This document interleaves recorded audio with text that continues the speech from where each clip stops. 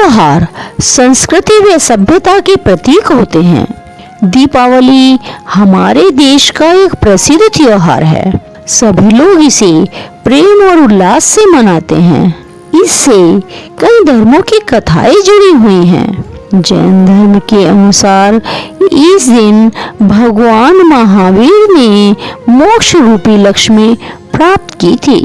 भगवान महावीर का भरत क्षेत्र में विदर्भ देश के कुंडलपुर नामक नगर में आषाढ़ शुक्ल षष्ठी को माता प्रियकारिणी अर्थात त्रिशला के गर्भ में अवतरण हुआ था।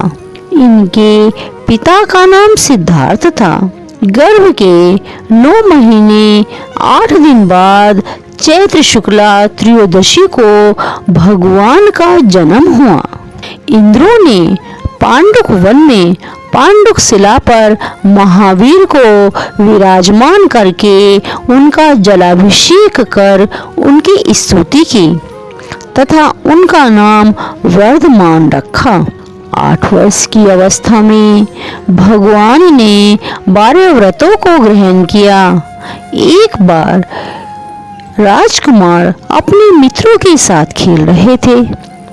एक सर्प पेड़ की जड़ से ऊपर तक लिपट गया। उस सर्प के भय से दूसरे राजकुमार वृक्ष से कूदकर घबराए हुए दूर भाग गए। लेकिन कुमार जरा भी भयभीत नहीं हुए।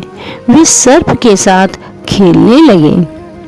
वह सर्प कोई और नहीं बल्कि देव था, जो कुमार की धीरता व अतुल पराक्रम की परीक्षा लेने के लिए आया था। उनके अतुल पराक्रम को देखकर देव ने उनका नाम महावीर रखा और अपने स्थान चला गया। 30 वर्ष की अवस्था में जब माता ने भगवान के वनगमन की बात सुनी तो वह मूर्छित हो गई। इतने में उनके पास महतर देव आए और उन्होंने माता को समझाया, माता, क्या तुम इन्हें नहीं पहचानती? तुम्हारे पुत्र संसार के स्वामी एवं अनुपम शक्तिशाली जगत गुरु हैं। वे अपना उद्धार तो करेंगे ही, साथ में अन्य कितने ही भव्य जीवों का भी उद्धार करेंगे। ये अटल सत्य आप भी जानती हो। देवों की बातों को सुनकर जिन माता कुछ शांत हुई एवं उनके हृदय का शोक रूपी अंधकार दूर हो गया। महावीर ने मार्गशीर्ष कृष्णा दशमी तिथि को सायंकाल हस्त एवं उत्तरा नक्षत्र के मध्य वाले शुभ समय में जिन दीक्षा ग्रहण की। 6 माह बाद महावीर स्वामी ने विशुद्ध आहार के लिए कूल नामक सुंदर नगर में प्रवेश किया। उस नगर का राजा कूल जिंदेव जैसे उत्तम पात्र को देखकर अति प्रसन्न हुआ। उन्होंने महावीर स्वामी को 3 प्रदक्षिणा दी और तिष्ठ तिष्ठ अर्थात ठहरिए ठहरिए कहा। इस प्रकार कूल राजा ने नवदा भक्ति पूर्वक तथा मन वचन कर्म से पवित्र होकर श्रद्धा भक्ति के साथ विधि पूर्वक खीर का आहार दान दिया। महावीर तीर्थंकर ने अंजलि रूपी पात्र के द्वारा खीर का आहार ग्रहण किया। राजा के दान से देवता लोग बहुत प्रसन्न हुए। उनके द्वारा कुल राजा के राजमहल के आंगन में निरंतर रत्नों की वर्षा हुई।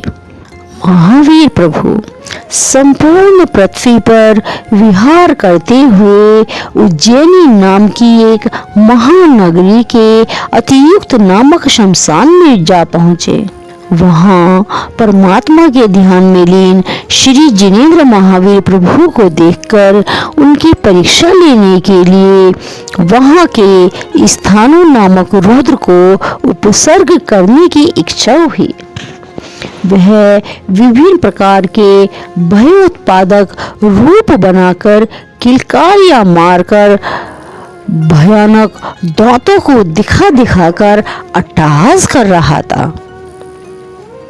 लेकिन महावीर स्वामी के ध्यान को भंग करने में स्थानोरुद्ध को कुछ भी सफलता नहीं मिली और वह लज्जित होकर उनकी स्तुति करने लगा। आप महाध्यानी हो, संपूर्ण जगत के स्वामी हो, समस्त परिशोहों की विजेता हो, कुलाचल की तरह अचल हो एवं श्रेष्ठ बुद्धिशाली होने के कारण सन्मति हो, आपको सदैव नमस्कार है। इस प्रकार भगवान का सन्मति नाम रखकर स्तुति कर आनंदित होता हुआ अपने स्थान चला गया। इसके बाद महावीर प्रभु छद्मस्त अवस्था में मौन होकर विहार करने लगे। 12 वर्ष बीत जाने पर वे जृंभिका नामक गांव के बाहर ऋजुकुला नाम की नदी के किनारे शाल वृक्ष के नीचे ध्यान में तत्पर हुए। वहीं से उन्होंने वैशाख शुक्ला दशमी के दिन सायंकाल के समय हस्त एवं उत्तरा नक्षत्र के मध्य में शुभ चंद्र योग होने पर केवल ज्ञान रूपी अलभ्य संपत्ति को प्राप्त कर लिया।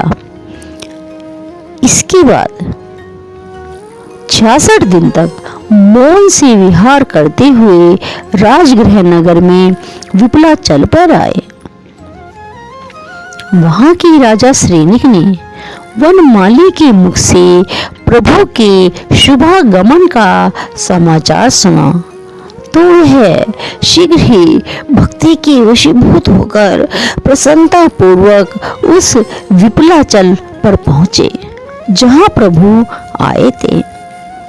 वहां जाकर राजा ने प्रभु की 3 परिक्रमा दी और मन वचन कर्म से पवित्र होकर श्रद्धा पूर्वक प्रणाम किया और अष्टद्रव्यों से जिनेंद्र भगवान की पूजा की और गौतम गंधर से बहुत से प्रश्नों का उत्तर पूछा। त्रिलोक्याधिपति एवं जगत गुरु महावीर प्रभु ने शनि शनि विहार करते हुए अनेक देशों तथा नगरों में रहने वाले भक्त एवं श्रद्धालु भव्य जीवों को धर्मोपदेश द्वारा ज्ञान प्रदान किया। इस प्रकार 30 वर्ष पर्यंत विहार करते हुए अनेकों सुंदर पुष्पों से सुशोभित पावापुरी के उपवन में पहुंचे। जब चतुर्थ काल समाप्त होने में 3 वर्ष 8 माह शेष रह गए तब स्वाति नक्षत्र में कार्तिक अमावस के दिन प्रातः काल के समय मोक्ष लक्ष्मी प्राप्त की। इसके बाद भगवान के प्रथम गंधर गौतम स्वामी ने शुक्ल ध्यान द्वारा केवल ज्ञान रूपी लक्ष्मी प्राप्त कर सहज ही मोक्ष महल को प्राप्त किया। देवों ने रतनमयी दीपकों के द्वारा प्रकाश का उत्सव मनाया और हर्ष सूचक मोदक आदि से पूजा की। तब से इन दोनों महान आत्माओं की स्मृति में यह निर्वाणोत्सव दीपावली के रूप में मनाया जाता है। सच्ची लक्ष्मी तो आत्मा के गुणों का पूर्ण विकास, केवल ज्ञान हो जाना तथा मोक्ष प्राप्ति ही है। इस दिन महावीर स्वामी, गौतम गंधर और केवल ज्ञान रूपी लक्ष्मी की पूजा की जाती है। इन गुणों की पूजा करने पर रुपया पैसा आदि सांसारिक लक्ष्मी प्राप्त होना तो साधारण सी बात है।